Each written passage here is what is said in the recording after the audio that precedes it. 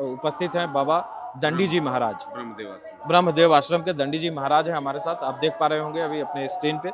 और उनसे हम पहले तो यही जानते हैं कि महाराज जी, ये जो दंडी परंपरा है, बहुत सारे साधु सन्यासियों को हमने देखा कि दंड धारण किए हुए हैं और वो महाकुंभ में भी हमें मिलते हैं, परंतु लोगों को इसके बारे में विशेष जानकारी नहीं है।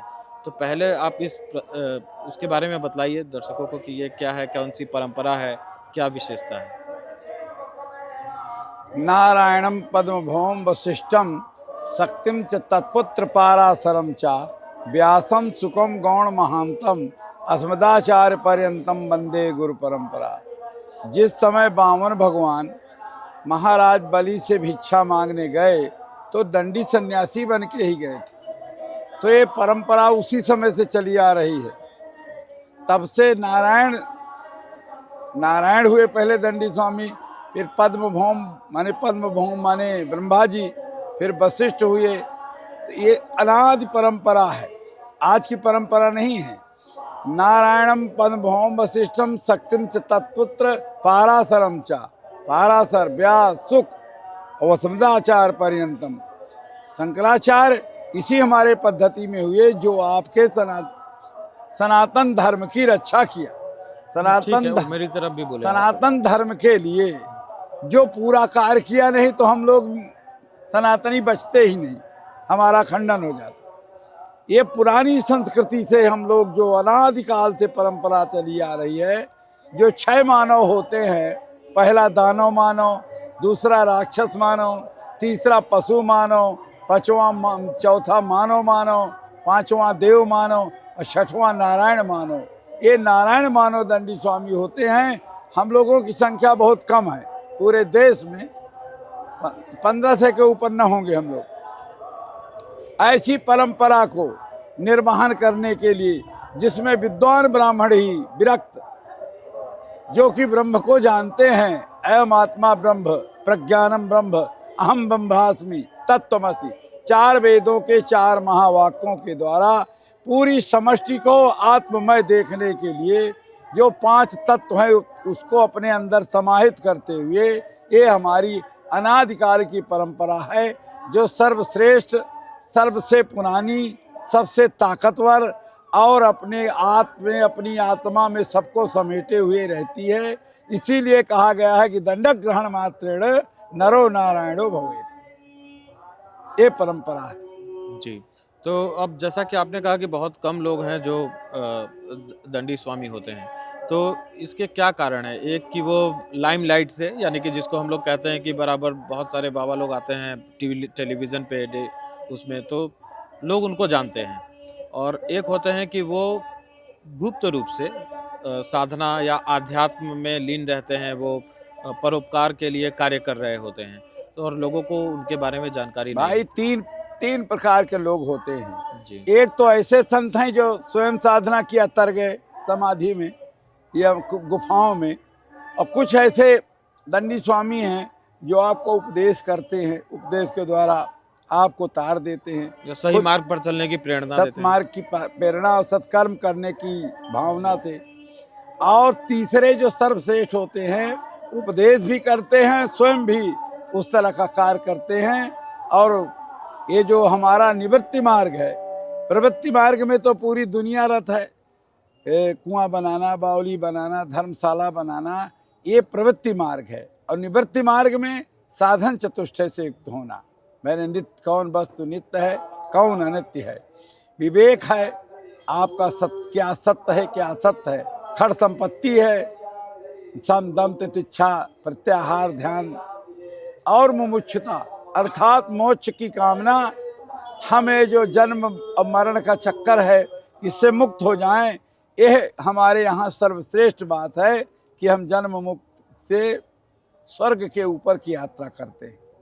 लोग सत्कर्मों के द्वारा स्वर्ग तक जाते हैं, और जब उनके पूर्ण कार्य क्षीण हो जाते हैं तो फिर मृत्युलोक में आ जाते हैं। और हम लोग मोक्ष की यात्रा करते हैं, जिसमें सामीप, सालोक, सारूप और सायुज्य, ये जो 4 मुक्तियां हैं, इन मुक्तियों को प्राप्त करने के लिए ये दंडक ग्रहण मात्रेण, जो दंड है, ग्रहण किया जाता है और उससे मुक्ति का मार्ग प्रशस्त करते हैं।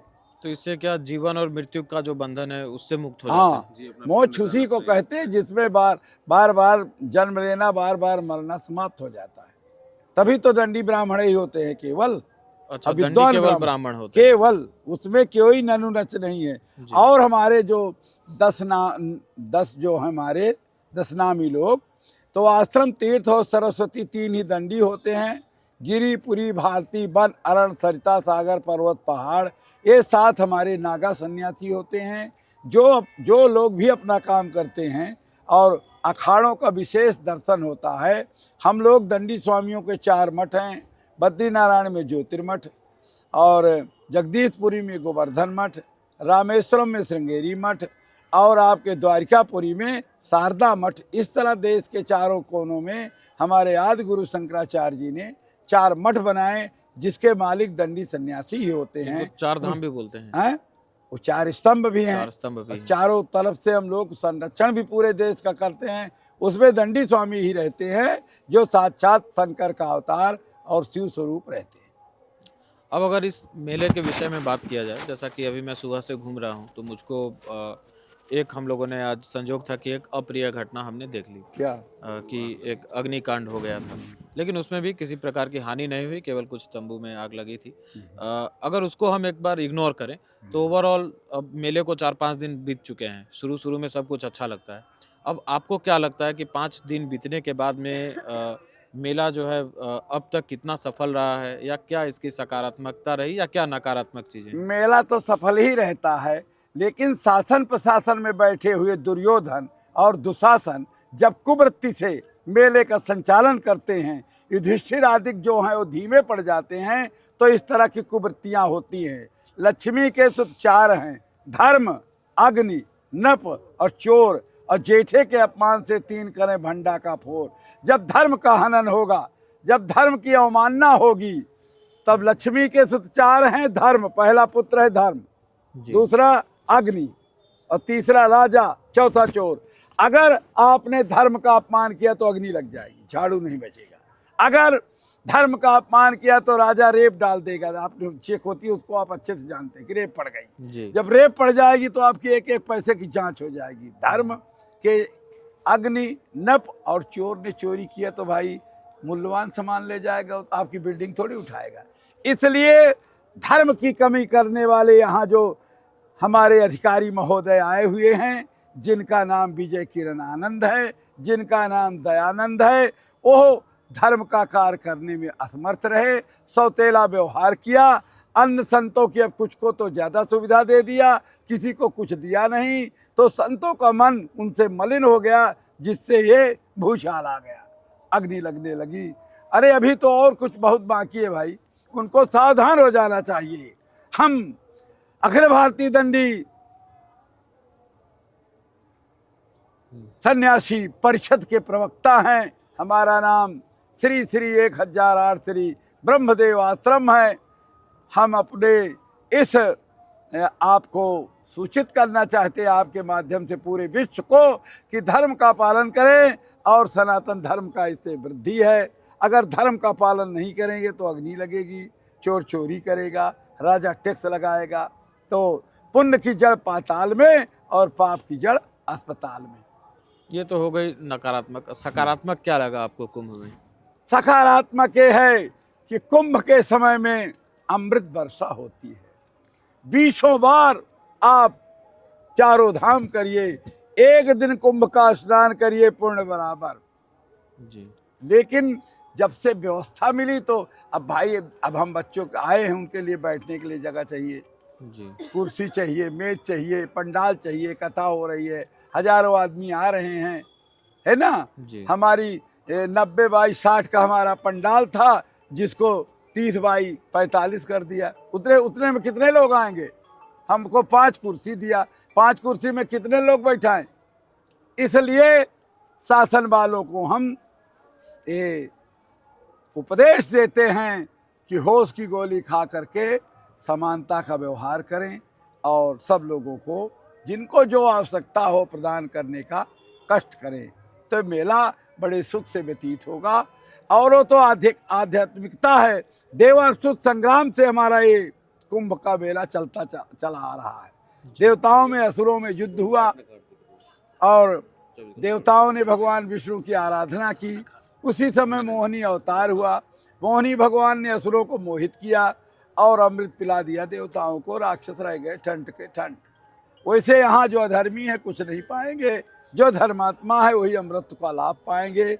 उन्हीं के लिए अमृत है। यहाँ 2 बूंद अमृत गिरा है।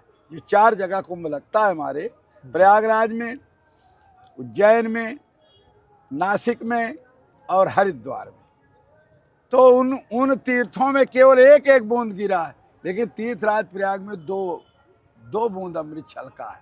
इसलिए यहाँ ज्यादा भीड़ रहती है। और महाकुंभ भी यहीं लगता है। महाकुंभ जो 144 जो साल बाद महाकुंभ है भाई, यहाँ बड़ी ज्यादा जगह है ना। यहाँ चारों तरफ 12 माधव हैं। यहाँ मृत्यु का भी स्थान है, नागवासी, और इधर समुद्रकूप। यहाँ अक्षय वट है जिसमें भगवान कृष्ण उसमें विराजमान रहते हैं। पहले लोग यहाँ आते थे और भगवान के दर्शन करके सीधे जमुना में कूद जाते थे, प्राण दे देते थे। उसको रोकने के लिए हम लोगों ने इस अधम शासक अकबर को शक्ति दे करके किला बनवाया कि जिससे लोग हमारे मारे न जाएं। जैसे तमाम वीआईपीओ के यहाँ आने के लिए मना है नेताओं को। कुंभ के समय में केवल संत ही वीआईपी रहते हैं, इन्हीं का वर्चस्व रहता है, इन्हीं का दर्शन होता है। ये नेता अपने कुनीत के लिए, सुनीत के लिए, है ना, सुमति कुमति सबके उर बसही, वेद पुराण संत अस कहीं। तो ये तीर्थराज प्रयाग अस तीरथ पति, अरे देख प्रयागा, तो निरखत कोटि जन्म अघ भागा। तो यहाँ क्या, चंवर जमुन अरु गंग तरंगा, और देखो या दारिद दुख भंगा, से वहीं सुखती साधु सुचि, पावहीं सब मन काम, और कहीं भक्ति भगवंत की संयुत ज्ञान विराग। ये यहाँ का आनंद है। इसीलिए यहाँ पूरे विश्व के लोग आते हैं, देवलोक से आते हैं। देव, दनुज, किन्नर, नर श्रेणी और सादर मज्जही सकल त्रिवेणी। ये यहाँ की महिमा है। अब एक आखिरी आपसे प्रश्न यह रहेगा महाराज जी कि बहुत सारे जो पॉलिटिशियन हैं, जो राजनीतिज्ञ हैं, नेता लोग हैं, खास करके विपक्ष के लोग जो इस समय हैं, वो महाकुंभ की छोटी से छोटी ऐसी चीज़ें दिखा करके सनातन को बदनाम करने की कोशिश करते हैं। उनकी औकात में नहीं आता, उनकी बुद्धि में नहीं है। ये सनातन धर्म ऊर्ध्वमूल मधा शाखा मत्स्यम प्राहुरव्यम छंदांस्य परणानी यशम वेद सवेद विद। भगवान कृष्ण ने गीता में कहा है ये सनातन धर्म ऐसा है विलक्षण, जिसकी जड़ ऊपर की ओर है, विनाशी है, कभी नष्ट नहीं हो सकता। वो चाहे हिरणाक्ष जैसा दुष्ट राक्षस हो, हिरण्याकश्यप जैसा जो अपने बच्चे को जलाने काटने में कसर नहीं रखता था, उन दुष्टों की एक चाल नहीं चलेगी। उन चालों का मुंह तोड़ जवाब हमारे नागवासुकी देंगे, हमारे बजरंगबली देंगे जो लेटे हुए हैं गदा लेकर के। और इधर 12 माधव हैं, एक माधव तो कमाले कर जाते हैं, 12 माधव तो उनको सत्यानाश ही कर देंगे। उन विपक्षियों को जो अपनी राजनीति चमकाने के लिए अपना उपकार करें। राजनीति बिन और धन बिन धर्मा, हरि समर्पे बिन सत्कर्मा, विद्या बिन विवेक उपजाए, श्रम फल पढ़े किए और पाए। संगत जति और कुमंत्र ते राजा, मानत ज्ञान पान उनका कुमंत्र था। वो जिस तरह से सनातन धर्म के विरुद्ध कार्य किया, उसी तरह से उनकी अवनति हुई। वो अपना सीधे दबे कुचले रहे, पाँव के नीचे पड़े रहे। अगर हाथी चल गए तो उनका अस्तित्व ही मिट जाएगा। इसलिए अपना अस्तित्व बचाने के लिए यहाँ से पलायन कर जाएं और धर्म पूर्वक हमारे कुंभ को सफल होने दें। हम भगवान शंकर से यही प्रार्थना करते हैं कि ये विधर्मी लोग इसके विषय में कुछ न बोलें, नहीं उनके पुरखों को चैलेंज है हमसे शास्त्रार्थ करें। कुंभ इसीलिए होता है, यहाँ शास्त्रार्थ होता है। हमसे शास्त्रार्थ करें, हम उनके पुरखों को चैलेंज करते हैं, उनको चैलेंज करते हैं, उनके नाती पोतों को चैलेंज करते हैं। कोई भी हमसे सनातन धर्म के बीच विषय में बहस कर सकता है। अब शास्त्रार्थ की जब बात हो रही है तो उसमें तो लोग ये भी कहते हैं कि यहाँ के साधु संत लोगों ने जो है मुस्लिमों के प्रवेश पे रोक लगा दिया है। इसलिए रोक लगा दिया है कि उनके अत्याचार की हद हो गई। भोजन में थूक देना, भोजन में मूत देना, भोजन हिंदू बढ़े नेम से, तुर्क बढ़े छूत से। हम लोग जितनी पवित्रता से, जितनी शुचिता से रहेंगे उतना हमारा धर्म आगे बढ़ेगा। और तुर्क लोग जितने छुआछूत करेंगे, जितने भ्रष्टाचार करेंगे, इनके यहाँ धर्म का कोई लेस मात्र है ही नहीं। ऐसे लोगों की तो हम चर्चा भी पाप समझते हैं, इसलिए उनको दूर ही रहना चाहिए यहाँ से। और धर्म का हम लोग जिससे स्वतंत्रता पूर्वक, ध्यान पूर्वक, नम्रता पूर्वक, विनम्रता पूर्वक अपना कार्य करें और इनको दूर ही रहना चाहिए। काबा में, मक्का में तो हमको कभी नहीं जाने देते, हिंदू को छूने भी नहीं देते। अपने असली माई बाप के हैं मुसलमान तो हमको जाने दे, गंगा जल चढ़ाने दे, हमको भी आराधना करने दे। मक्केश्वर महादेव तो हैं, इनके बाप का क्या है? इनका कोई अस्तित्व है क्या? कुछ भी अस्तित्व नहीं है। ये एक संप्रदाय पैदा हुआ लड़ाई झगड़ा वाला, जो मारकाट भोग करने वाला, पिशाची इनकी जोनी है। ये धर्म की चर्चा करेंगे क्या? यदुद्भवा सत्वरजस्तमो गुण सर्ग स्थित द्वंद्व विधान कारका यदिच्छया विश्वमिदं भवा भव। ये कुछ जानते हैं क्या? कैसे सृष्टि का सृजन हुआ, कैसे सृष्टि का प्रलय होगा, इनको कुछ ज्ञान है? हमारे भविष्य पुराण में इनकी पूरी चर्चा है। इसलिए हम इनको कहते हैं कि अपने आराम से अपने घरों में रहें, वही अपना काम करें, ऐसी कुचेष्टा करने का प्रयास न करें। नहीं, अब सनातनी जग गए हैं, बिना मतलब अनादिकाल से जो संघर्ष होते हैं उनको आमंत्रित न करें। अगर हिंदू जाग गया तो महाराज इनका विश्व से ही समापन हो जाएगा। तो भारत हिंदू राष्ट्र को कितना समर्थन देते हैं आपके हिंदू हम राष्ट्र लोग हिंदू हैं, सनातनी हिंदू नहीं, और बल्कि हम सनातन धर्मावलंबी हैं। सदैव से भारत हिंदू राष्ट्र रहा है और आगे भी रहेगा, उसमें तो कोई बात ही नहीं है। ये जाने क्या क्या ये राष्ट्र के, जब भारत माता नहीं कह सकते, जय भारत की जय नहीं बोल सकते, तो इनको तो यहाँ रहने का अधिकार ही नहीं है। जब 2 बार बंटवारे हो गए तो अपनी जगह में जाएं, यहाँ काहे को बवंडर मचा रहे हैं? पाकिस्तान जहाँ पर महाराज सबसे सुंदर जमीन, हम लोग तो जाग्रफी के विशेष विद्यार्थी रहे, पूरा गेहूं का एरिया जहाँ 6 फुट का जवान होता है, पूरा धान का एरिया दोनों दे दिया। गांधी जैसे देश के हित करने वाले, इनका हित करने वाले हम लोगों को परेशान करके छोड़ के चले गए। अपना तो चले गए लेकिन हम परेशान हैं उनके नाम से। ऐसा कभी बंटवारा होता है? थार कमर उत्सर हम लें और 5 नदियों का डेल्टा उनको दिया जाए, उसमें भी संतुष्ट नहीं है। यहाँ की बात, हर यहाँ मुसलमान रहने वाला पाकिस्तान की जय बोलता, उसको तुरंत पाकिस्तान चले जाना चाहिए। करता क्या है? योगी जी जब ऐसा कुछ करते हैं, उनको दंड देते हैं, तो उन्हीं पे आरोप लगता है कि आप जो है अरे वो तो एक साधु है, साधु लोक हित के लिए होता है। संत सहाय दुख परहित लागी, अपर दुख हेतु वह संत अभागी।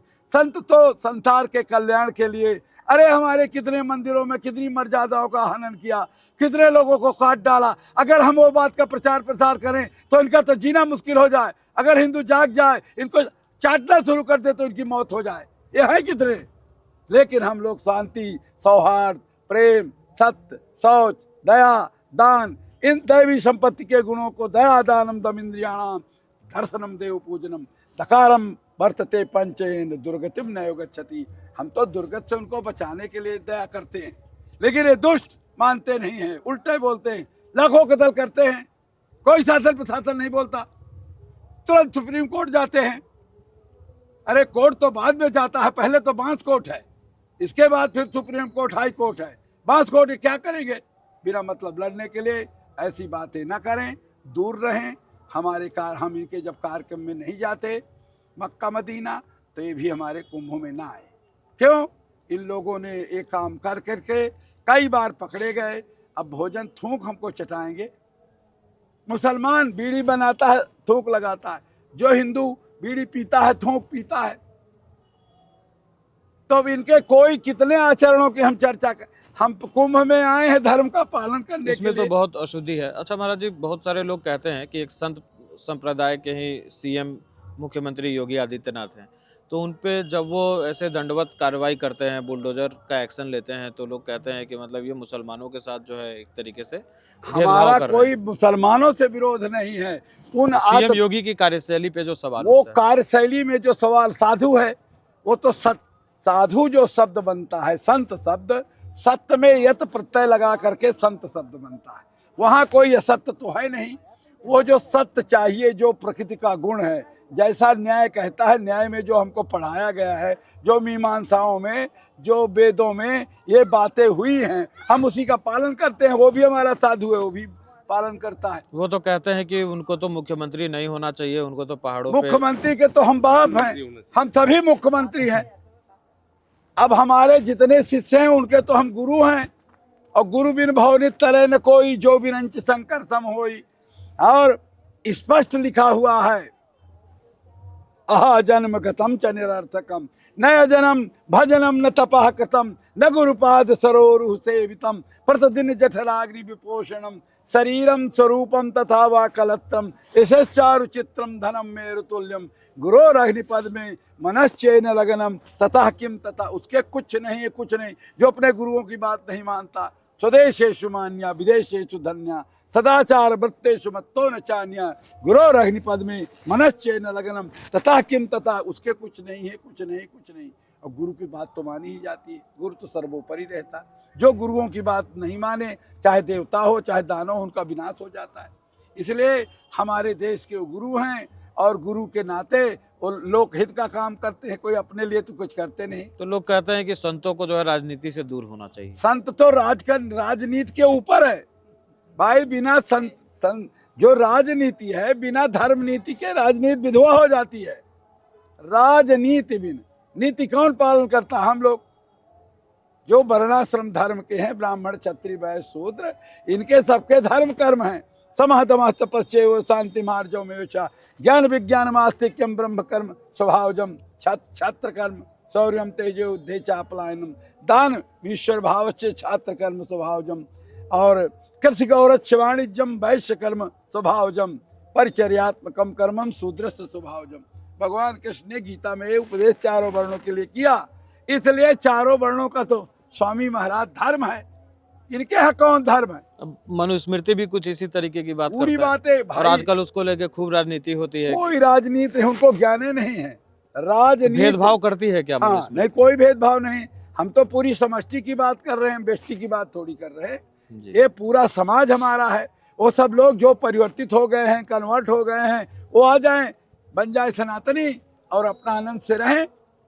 हम कब कह रहे हैं क्यों बिना मतलब हल्ला गुल्ला मार काट मचाए? देख लो विश्व में कैसी क्रांति आ गई। इनका तो नाम और निशान मिटने की स्थिति पैदा हो गई है। अपने अस्तित्व को बचाएं, अस्तित्व बचेगा नहीं। अब राम का नाम ले और आगे काम करें। अब अंत में केवल आप उन युवाओं को एक संदेश दे दीजिए जो धर्म विमुख हो रहे हैं पश्चिमी हमारा चकाचौंध। देश राष्ट्र का जो भरा नहीं है भावों से, बहती जिसमें रसधार नहीं, वो हृदय नहीं है, पत्थर है, जिसको स्वदेश स्वधर्म का प्यार नहीं। अपने स्वधर्म पर मर जाना यही धर्म है। हमको धर्म गद्दारी नहीं सिखाता, हमको धर्म विधर्मियों का पालन करने के लिए नहीं सिखाता। हमारे यहाँ जितने भी विधर्मी हैं, चाहे ईसाई हो, चाहे मुसलमान हो, चाहे बौद्ध हो, सब सनातनी धर्म के अनुयायी बने और अपने अपने कर्म पर रहें। तीर्थराज प्रयाग में आए, सबका स्वागत है। हम सबके संरक्षण के लिए यहाँ यज्ञ कर रहे हैं, भागवत कर रहे हैं, तपस्या कर रहे हैं, कल्पवास कर रहे हैं, तमाम तरह से तप करके। और ये दंडक ग्रहण मात्रेण नरो नारायण भूत। हम सदैव लोकहित की कामना रखते हैं और देश का मंगल चाहते हैं। जी महाराज जी, हमसे बात करने के लिए आपका बहुत बहुत धन्यवाद। पूर्णमदः पूर्णमिदं पूर्णात् पूर्णमुदच्यते पूर्णस्य पूर्णमादाय पूर्णमेवावशिष्यते। सर्वे भवन्तु सुखिनः, सर्वे सन्तु निरामया, सर्वे भद्राणि पश्यन्तु, मा कश्चित् दुःखभाग् भवेत्। ओम शांति शांति शांति। ठीक है, वाइंड अप कीजिए। बहुत अच्छा लगा। चला